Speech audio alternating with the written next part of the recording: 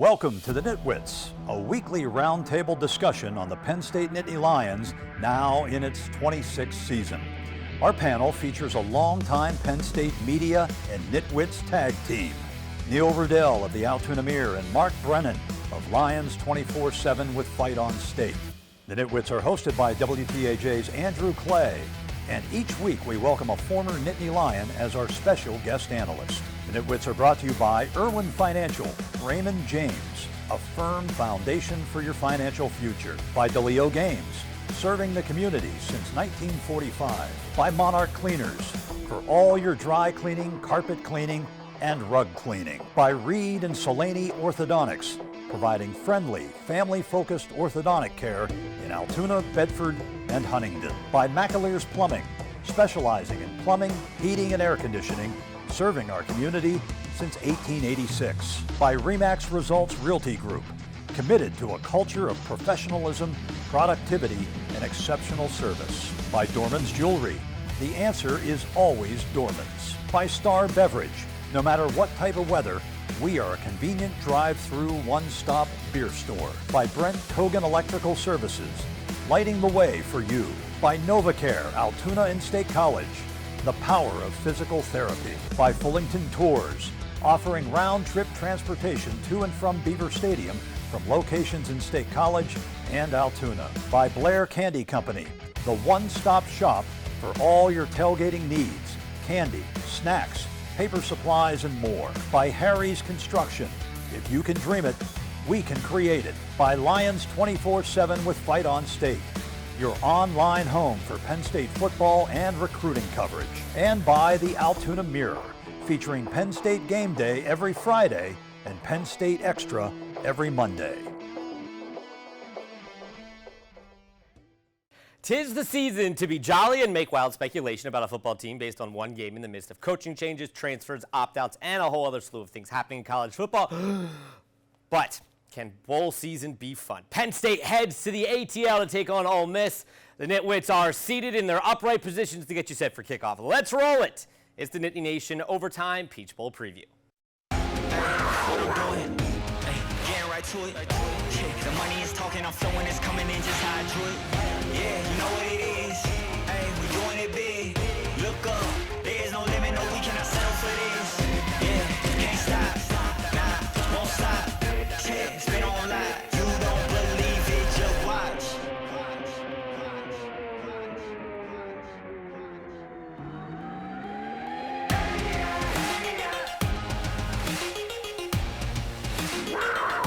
Welcome inside the Nittany Nation studio. I'm Andrew Clay, the Nitwits. With me by my side, it's Mark Brennan, Neil Rudell, and Brad Spider Caldwell, longtime Penn State equipment manager with us. We have lots to talk about. Penn State going against Ole Miss in the Peach Bowl coming up here in just about a week. Guys, let's dive into it and talk a little bit about the matchup. This is another Penn State, another Big Ten SEC matchup. What do you like about it?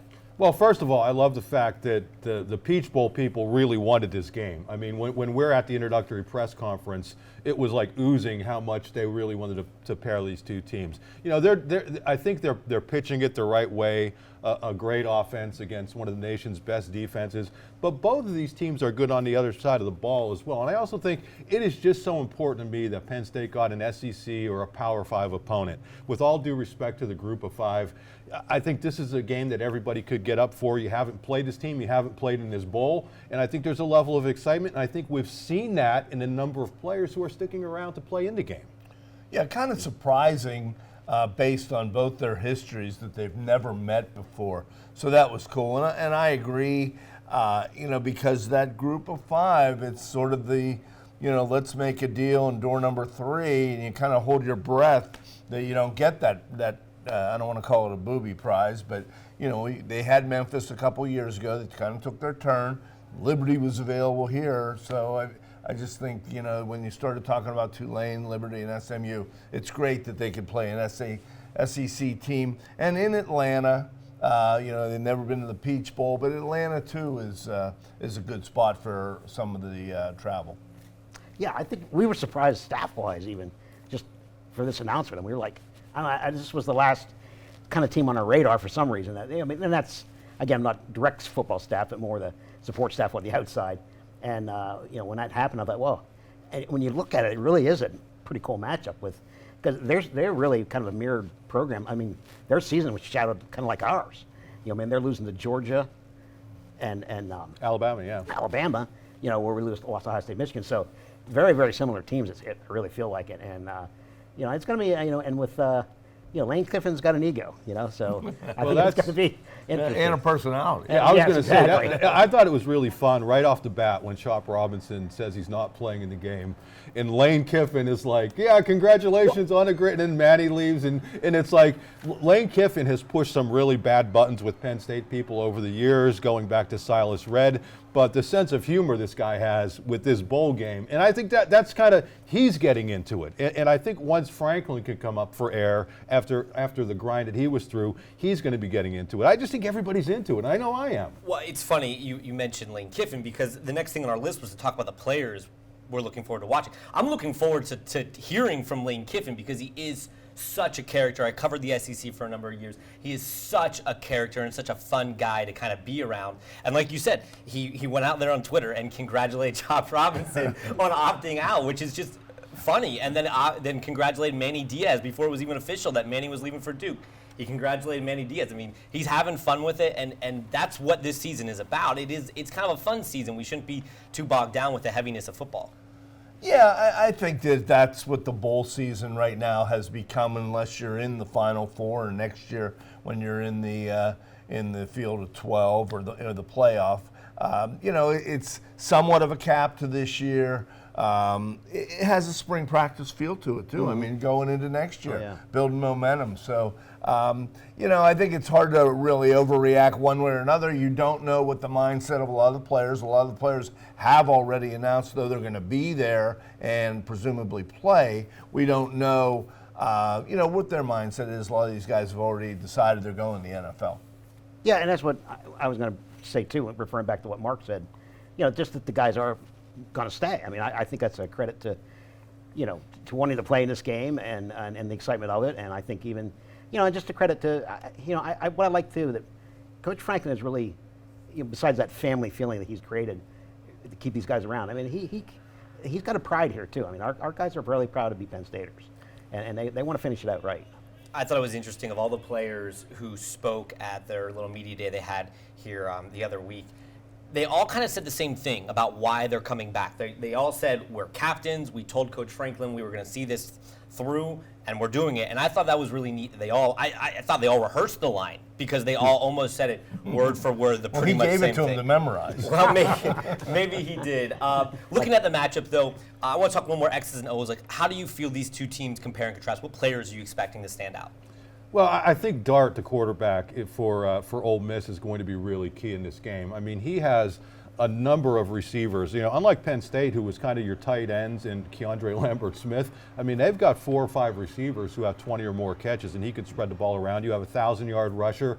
I wonder about that offensive line, though. They lost their starting left tackle. He was banged up. So I think that could be an issue. So when you talk about styles kind of making fights, they have really good skill players, but I wonder how they're going to be in the trenches. Yeah, I wonder how they're going to hold up defensively. That's the one thing you could say about Penn State. They lost their 2 main games, but they were in these games and very competitive. And, Ole Miss got really housed by Georgia. I would like to think Penn State would be competitive, well, they've kind of proven it, against just about everybody. So I wonder how Georgia's going to hang in defensively. Well, again, I'm an old school equipment manager, so I'm not into the X's and O's as much, and I haven't analyzed Ole Miss.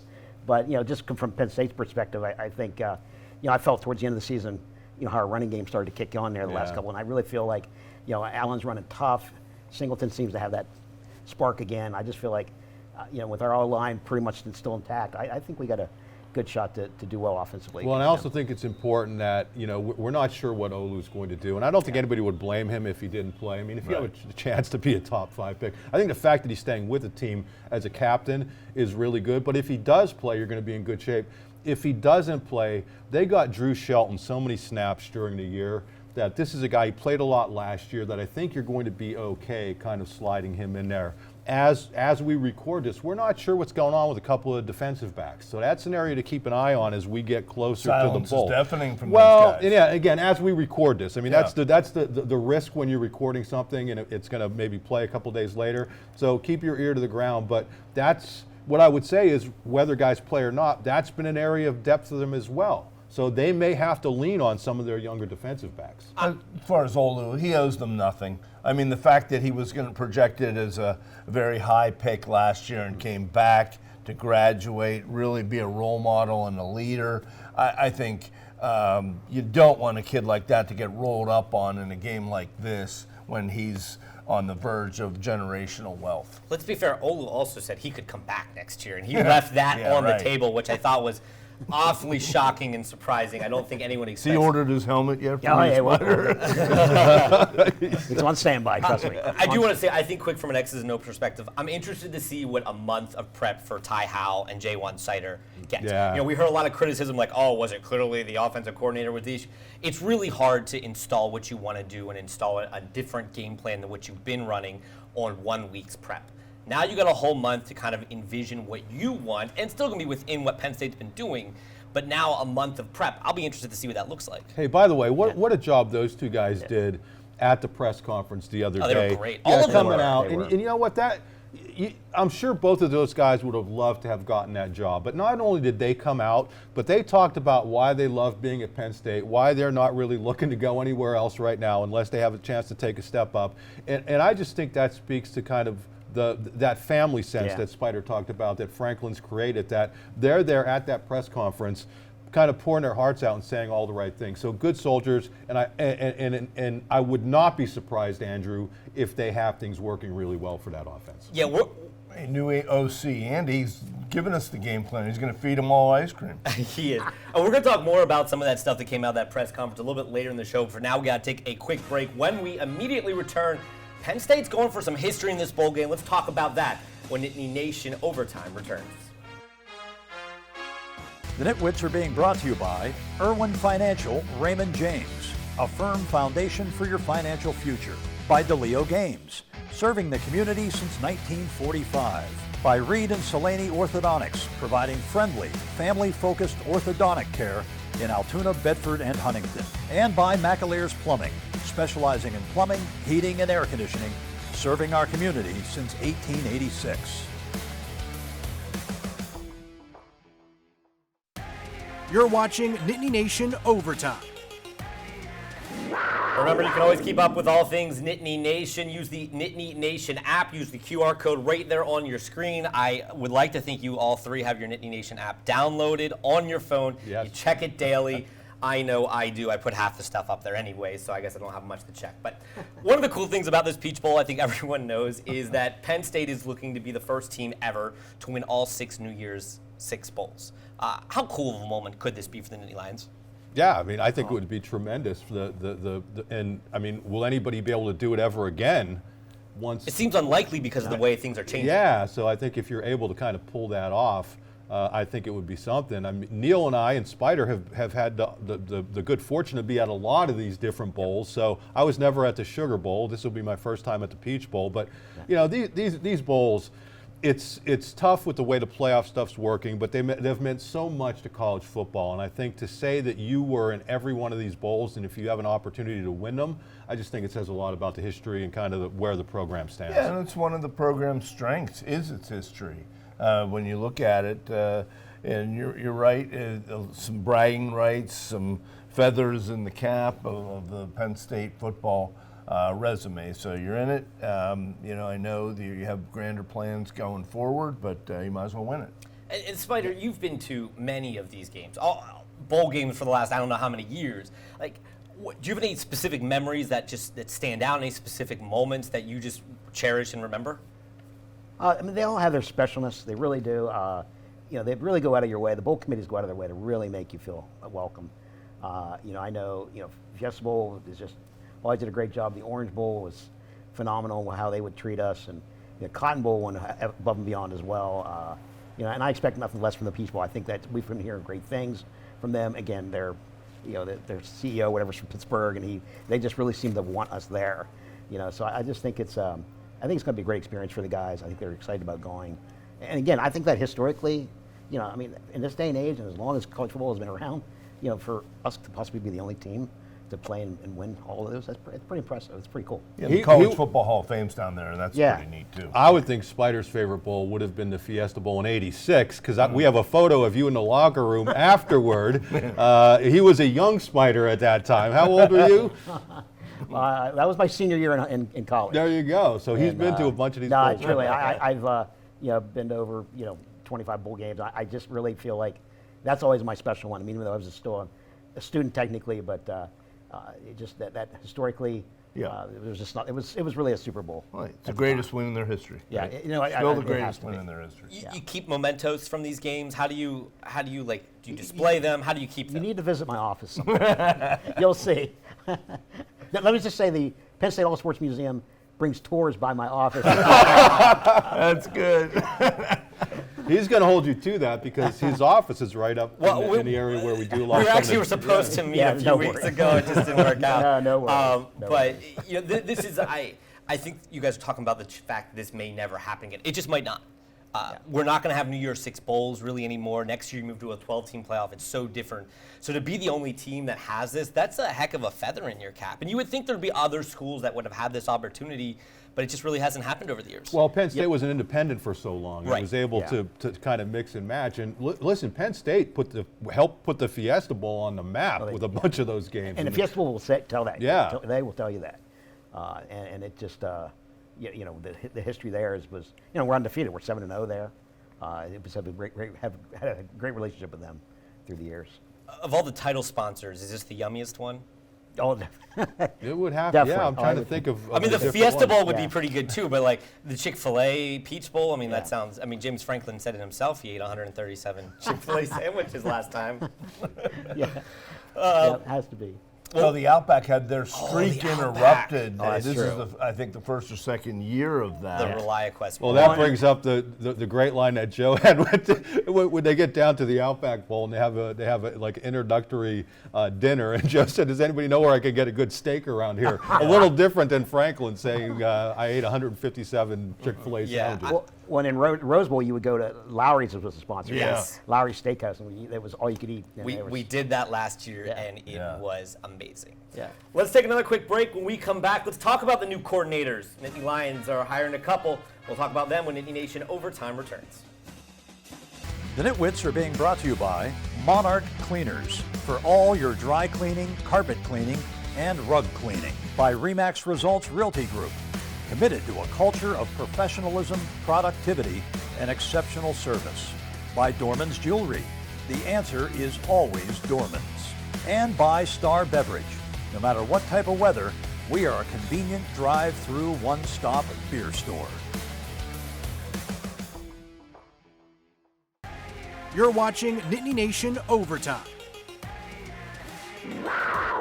Back here on Nittany Nation Overtime, I'm Andrew Clay, Mark Brennan, Neil Riddell, Spider Caldwell, longtime equipment manager for the Nittany Lions with us. Penn State hired a couple coordinators here this offseason before the bowl game. We know that Andy Kotelnicki was hired as the offensive coordinator from Kansas, and now we've learned that Tom Allen, now the defensive coordinator coming in, he's the former Indiana head coach. Let's talk about Kotelnicki. We know a lot more about him. We've heard a lot about him over the last couple weeks. What were your first impressions of Andy Kotelnicki? Well, he won the press conference for sure. Won it. He was very engaging. I think it's pretty clear that James wants to run the ball more than at times, especially with these two great backs, that they have, and they had, for whatever reasons, kind of gotten away from that at times. And I think this is a guy, based on his work previously at Buffalo, a long tenure at Kansas, with a lot of respect for his head coach, Leipold. So, yeah, he was impressive. Yeah, I mean, I think if you haven't done it, Google the press conference and watch his opening press conference, because he was just absolutely tremendous. And just from a personality fit, being around a lot of these coaches at camps and stuff, the one thing about Yurcich is he could be kind of abrasive, and he wasn't the friendliest soul. And not a knock on him. Some people are just different. But this guy kind of seems like he fits in more. But he's got the bona fides too. I mean, as Neil said, this guy worked with Lance Leipold for 10, 11, however many years, and they were successful wherever they went. And at places where it's not always easy to be successful. Buffalo, not always easy. Kansas, people are looking at his numbers at Kansas and saying, well, the numbers aren't whatever. You're at Kansas, okay? You're not at Oklahoma. You're at Kansas. So you got to take all of that into account. The one thing about Kotelnicki is you look at almost every one of his offenses, the balance between rushing and passing is there every year. You go year after year after year, there's a nice balance. And going back to what Neil said, I think that's what James is looking for. Well, like I said, I was impressed at the press conference. That's my first exposure to him, and I just thought he instantly reminded me of Matt Rule, actually, his personality and mannerisms, and also Pat Kraft, just full of energy, go-getter, and I felt like, this guy's going to fit in just fine. He was accused of looking like that. Yeah, he's like Matt Kraft with a beard. Yeah, he does. And he does look like Matt Rule too. If you look at him in the face, so anyway, pretty interesting. I thought what was interesting was the overwhelming support the football community had towards Andy Kotelnicki in the hire. I mean, the Dan Orlovskis of the world all jumped to social media saying, home run hire. I've never seen someone who's got a better system on paper, stuff like that. Like, people just overwhelmingly came out, and I thought that said a lot, because those people know a lot more about football than me. And listen, I'll promise you this. I'll bring him in my office, I'll sit him down, and I'll just drill the history in him in my office. There you go. We'll get him, He'll love that. We'll get him up to speed. He'll love that, and he'll be there all day, I promise. From what I can tell, he'll be there all day. You guys will have a great time. Become best friends after that. He's already done it with Kraft, so. Oh, yeah. The other coordinator hire, we've learned that Tom Allen, former Indiana head coach, is now going to be Penn State's defensive coordinator. This is, again, kind of feels like the Manny Diaz hire in some ways, but I don't feel like Tom Allen is as splashy on paper. What's your first reaction? Well, you're right. It's following the same model. It's a guy who had been a head coach who had been let go. I mean, these guys are going to be judged on the biggest games. I mean, and I think Manny Diaz did an excellent job, but before we, send him to Canton or the College Football Hall of Fame, I mean, there were two keys to the season in my mind. Stop Marvin Harrison and stop Michigan's run, and they didn't do either. And James gets blamed for that, so you have to assign some of that to their coordinators also. So, but hey, this guy has a good track record at Indiana and a lot of experience in the Big Ten, so it makes sense. Yeah, sometimes guys are made more to be, they're just more comfortable as assistant coaches, and maybe not more comfortable, just more successful, and we've seen it. I mean, Tom Allen did some good things, but if you look at where they were defensively the last couple years, it's not very good. But I wonder if you unburden him from everything else. And that's the one thing about Franklin, that he says he wants to hire guys who are going to be the head coach of the offense, the head coach of the defense, the head coach of the receivers.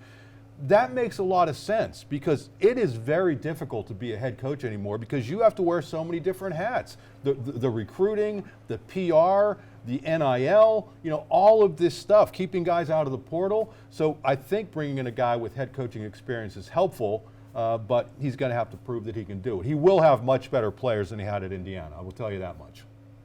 Okay, well, when we come back, it's pick time, baby. Time to get our picks in, talk about maybe who the Nitwit of the year is. I don't know. We'll figure all that out. That's when Nittany Nation Overtime returns. Don't miss a minute of Nittany Nation Overtime, now also on Apple and Spotify. The Nitwits are being brought to you by Brent Kogan Electrical Services, lighting the way for you. By Fullington Tours, offering round-trip transportation to and from Beaver Stadium from locations in State College and Altoona. By Blair Candy Company, the one-stop shop for all your tailgating needs. Candy, snacks, paper supplies, and more.